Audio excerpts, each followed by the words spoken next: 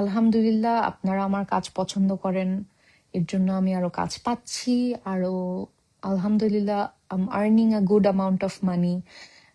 এইখান থেকে এই পুরো টাকাটা আসলে আমার নিজের না।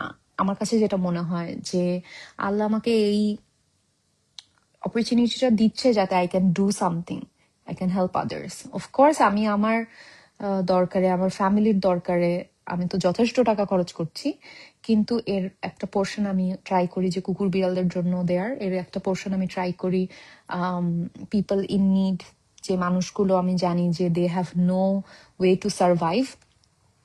এরকম না যে আমি মানে রাস্তাঘাটে দান করতেছি, এরকম না, মানে আমি যাদের একদমই আমি জানি যে এই মানুষগুলো কষ্টে আছে বা কোনো একটা কজে দরকার, আমি শুধুমাত্র ওই ক্ষেত্রে হচ্ছে আম, ওই জায়গায় হচ্ছে মানে টাকা ডোনেট করার ট্রাই করি যতটুকুই আমার সামর্থ্যে হয় বা পারি। বা কুকুর বিড়ালদের জন্য, ওদের ট্রিটমেন্টের জন্য যখন কোনো কুকুর বিড়াল দেখি আমি ট্রাই করি।